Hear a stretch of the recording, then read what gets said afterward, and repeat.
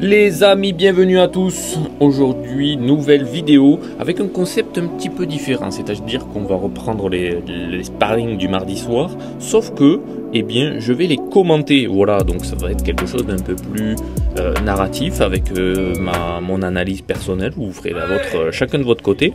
Donc aujourd'hui, on a Robin Jean-Jean, de son beau gabarit, face à moi-même. Voilà, donc c'était mardi 18 mars. C'était le premier sparring de la soirée, donc on est parti sur un 6 rounds. On était parti sur un 5, mais il en avait encore dans les chaussettes, le père Jean-Jean. Donc premier round, voilà, comme à notre habitude, on sait comment ça se passe, on sait que 5-6 rounds c'est quand même relativement long, c'est quand même assez éprouvant physiquement. Donc les premiers, c'est de l'analyse, on se met en jambes, on chauffe la machine. Donc on y va tranquille, pas grand chose à se mettre sous la dent. On prend ses marques, on prend ses distances, voilà, vous voyez, on tente des petites combinaisons, on se laisse travailler. On travaille un peu sa distance, son jeu de buste, donc c'est assez sympa. C'est très tranquille pour l'instant, vous voyez, donc tous les sparring se font dans de très bonnes conditions, avec les gants appropriés, le casque, la bonne mentalité évidemment. On est là pour progresser, on n'est pas ennemis, on est camarades de travail. Donc comme vous pouvez voir, notre ami Robin qui est sur une belle phase physique, puisque avant les vacances de Noël, vous voyez, il était aux alentours des 96 kg. On s'est pesé hier, juste avant, il me semble, ce sparring là, on était sur du 90. Donc il y a quand même, vous voyez, en quelques mois, il se remet bien en forme le copain. Et quant à moi, fidèle à moi-même, j'oscille toujours entre mes 76, 77 kg dans ces eaux-là. Donc vous voyez à peu près la différence de gabarit, il y a 15 kg d'écart. Mais voilà, si c'est bien pratiqué, la boxe, comme on essaye de la pratiquer là, pas de raison que ça se passe mal, même avec une différence de poids. Donc voilà, premier round, comme vous le voyez, très gentil. Très sympathique, on prend ses marques, voilà, on fait chauffer gentiment, il s'envoie des petites combinaisons. Il a énormément progressé, Robin, je vous invite à aller regarder les toutes premières vidéos qu'on a fait ensemble, et vous allez voir qu'il y a quand même une différence de niveau qui est très très importante. Donc il y a une très très grosse progression de la part de Robin, qui est très très assidu, qui vient à toutes les sessions sparring. Je sais en général que quand je propose les sessions sparring, je sais qu'il fait partie des premiers à répondre, je sais qu'il sera là à chaque fois.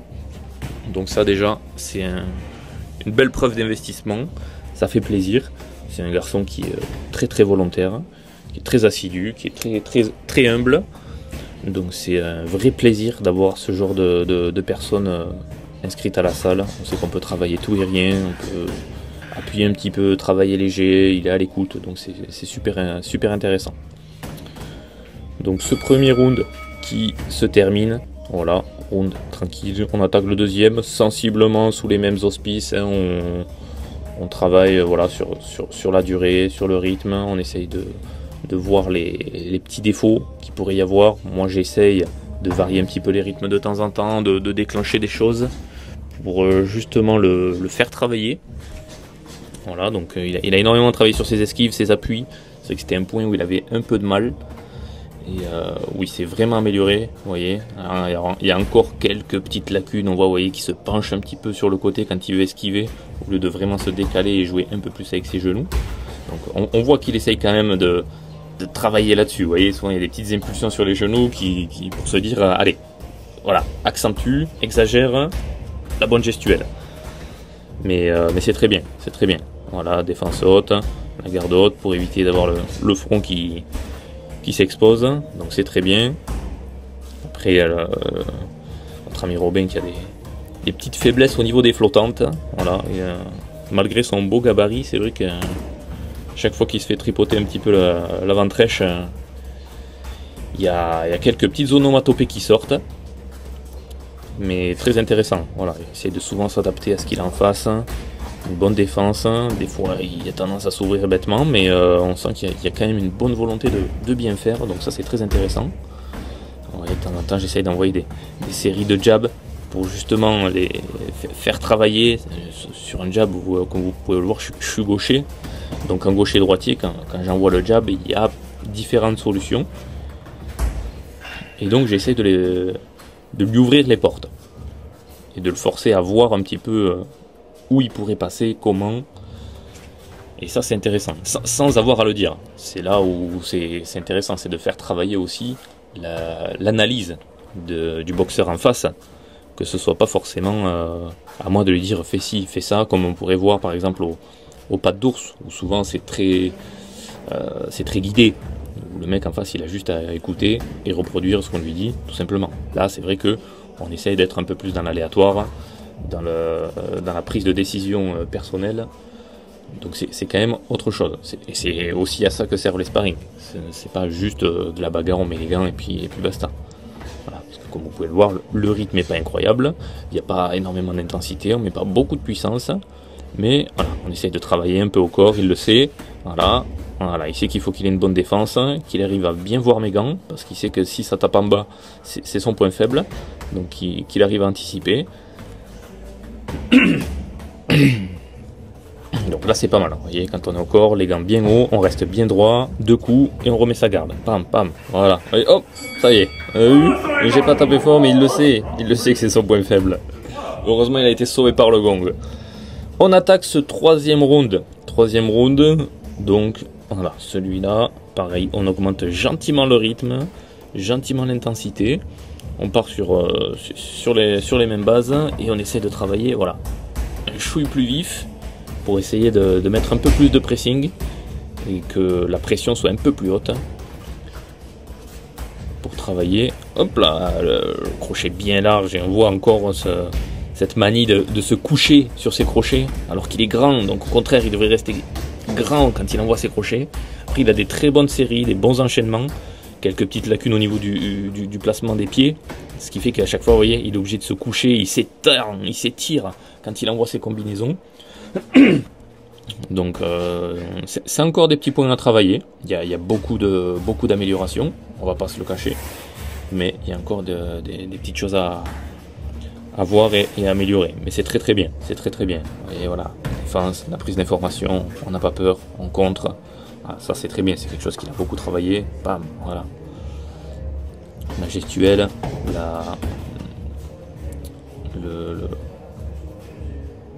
la position, tout ça, c'est quelque chose qui commence à bien maîtriser. Il a une très bonne attitude, vous voyez, pam pam, voilà. Il reste bien en place, bien sur ses appuis, même quand il défend, même quand il subit, vous voyez. Il n'est pas à se mettre en boule, à se recroqueviller ou à se mettre dans des positions difficiles. Voilà, on a une belle sortie. Il y a encore un peu raide au niveau des jambes, au niveau des sorties, des mouvements, mais au niveau déjà de la prise d'initiative est bonne. Donc ça déjà c'est très bien. Après voilà, on sait comment ça marche. Il faut le temps de mettre en place. Donc là, je travaille un petit peu plus. Là, les bras qui commencent à s'alourdir, mais c'est intelligent, on fait un pas de retrait, on baisse un peu la garde pour récupérer au niveau des bras. Attention de ne pas trop en faire. On sait, voilà. Allez, il a pris sur le front. Voilà, voyez. Toujours essayer d'avoir les gants au moins à hauteur d'épaule, même si on essaie de les baisser, si on n'est pas vraiment loin pour se permettre de vraiment relâcher. Comme vous avez pu voir, j'ai tendance à beaucoup avancer, à mettre un petit peu la pression, sans mettre un rythme fou, mais d'avoir toujours le contact, toujours être au contact. Voilà, vous avez vu toujours ce jeu de buste, un petit peu de retrait, souvent ça suffit pour esquiver les coups. Pas besoin d'en faire beaucoup. Gants sur le front, on absorbe avec le buste et non pas juste avec le front, hein, sinon vous allez avoir la nuque dans un sale état. Quatrième round qui va être un peu plus difficile pour notre ami Robin, parce que là je vais essayer d'y mettre un peu plus de pression sans forcément être beaucoup plus violent. Oh, joli bras arrière qui est passé là, vous avez vu. Bonne combinaison. Voilà. Là, vous voyez, chose que j'avais dit, quand tu es dans les cordes, avec ton gabarit, n'hésite pas à pousser. Il faut s'en servir, parce que si tu restes trop dans les cordes, ben, tu deviens quand même une cible qui bouge pas, et donc c'est un avantage pour l'adversaire. Voilà, là, ça cherche au corps, vous voyez, paf, ça défend bien. ça attaque bien. Hop, et là j'y mets la pression. Vous voyez, dès qu'on est déstabilisé, de suite ça devient beaucoup plus dur. C'est pour ça que le travail sur les appuis c'est très important. Voilà. Et dans le coin, on évite de rester trop en face quand on met quelqu'un dans le coin, parce que sinon ben, on devient nous-mêmes la cible. Voilà, très bonne sortie, vous avez vu le petit décalage sur le côté, c'est lui qui se sort du coin. Et je viens continuer à lui mettre la pression. Il envoie des enchaînements. Voilà. Vous voyez, c'est pas forcément fort, mais vous avez vu déjà l'épuisement que ça provoque en face quand ben, le boxeur d'en face est toujours contre vous, toujours face à vous, et vous savez que vous êtes constamment sous pression. Vous devez constamment avoir votre garde, donc dès que vous prenez 5 cm d'espace, vous savez que vous pouvez relâcher, mais c'est que ça va revenir très vite. Voilà, là vous avez vu, il a bien poussé, il s'est pris un peu d'air. Paf, il a voulu sortir, c'était pas forcément très beau, mais voilà, il tente des choses, il essaye de sortir, de ne pas rester forcément en face. Voilà, on essaye de prendre de l'air. Voilà, là, volontairement, je pousse pour justement provoquer la fatigue, le déséquilibre. Vous voyez, je tape dans les gants. Voilà, là, c'est vraiment un travail qui est très important. Vous voyez, pour garder la lucidité. C'est un gros travail de lucidité où des fois ben, on se fait pousser un petit peu dans les cordes, un petit peu on a plus de jus et on a vite tendance à faire n'importe quoi. Et c'est là où c'est au contraire le plus important de bien gérer la pression du boxeur en face. Vous voyez là j'y mets quand même pas mal de pression, j'essaie de le laisser dans le coin volontairement, de varier les cibles. Voilà, et là il est intelligent, vous voyez, il a toujours sa garde haute, il envoie des combinaisons pour essayer de se donner de l'air et il s'en va. Voilà, ça c'est une très belle phase. Même si techniquement c'est pas parfait, c'est plus important de faire les bons choix, même s'ils sont pas très bien réalisés à 100%, mais au moins vous avez vu c'est sorti d'une zone dangereuse. Derrière évidemment je continue le travail parce qu'on est là aussi pour travailler. Le but était de le mettre un petit peu dans le dur, vous voyez, je mets pas d'intensité mais juste qu'il sente qu'il se fait toucher et que la pression est là. Vous voyez, je le lâche pas, hein. Je le lâche pas. Voilà, il recule, il prend de l'air quand il peut, il connaît ses phases où il doit bien défendre. Voilà, moi je cherche les trous, il est cuit. Voilà, et on finit ce round sur ça. Cinquième round, je lui laisse beaucoup plus d'espace. Voilà, on fait un petit peu les cons, parce que c'est aussi ça, le GZ. On n'est pas là que pour se mettre des marmites, hein, on peut aussi rigoler, il n'y a pas de souci. C'est avant tout une bonne ambiance. On est là pour se faire plaisir. C'est le plus important. Donc là, hop là, il tente, il est offensif. Il a été piqué par le round précédent, le père Jean-Jean. Du coup, voilà, il tente des choses. Il a envie d'être un peu plus offensif. Donc toujours, vous voyez, cette vilaine manie de se coucher à chaque fois sur un côté ou l'autre, de se pencher. Quand il envoie les coups, c'est dommage parce qu'il a une très bonne allonge. Il est grand, il est costaud. Et voilà, c'est des petits points encore qui continuent à travailler et qui sont très intéressants. Vous voyez, là, celui-ci, il l'a pas trop mal mis. Il était pas trop mal. Il a tendance à se coucher, à laisser sa jambe arrière très loin à chaque fois.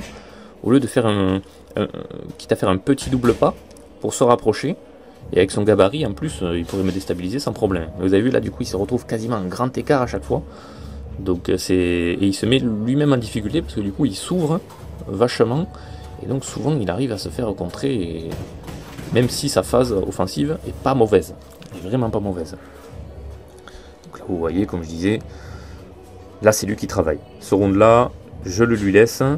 Là je lui sers de sac, le vrai travail de sparring partner vraiment, où je lui mets... je me mets à sa disposition. Vous voyez, c'est aussi ça, on reste intelligent. C'est à lui de travailler, pas toujours de la même manière. Le round d'avant, j'avais mis la pression. Là, cette fois, je reste à distance, sans forcément venir trop l'embêter.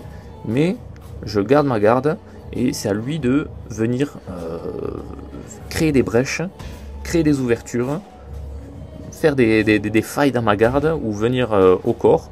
Voilà, c'est lui qui choisit, hein. C'est vraiment, vous voyez, il peut tenter des combinaisons assez longues, ça permet voilà, d'être relâché dans ses phases offensives. Il l'a relativement compris. Donc voilà, vous voyez, on se permet, bam, voilà, ça tente des petites combinaisons.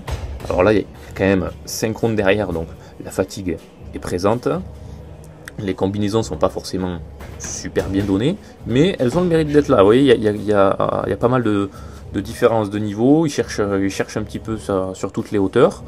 ça envoie des coups, ça vient d'en bas, d'en haut, sur les côtés. Donc il essaie de s'appliquer. Il essaie de s'appliquer et ça c'est tout à son honneur.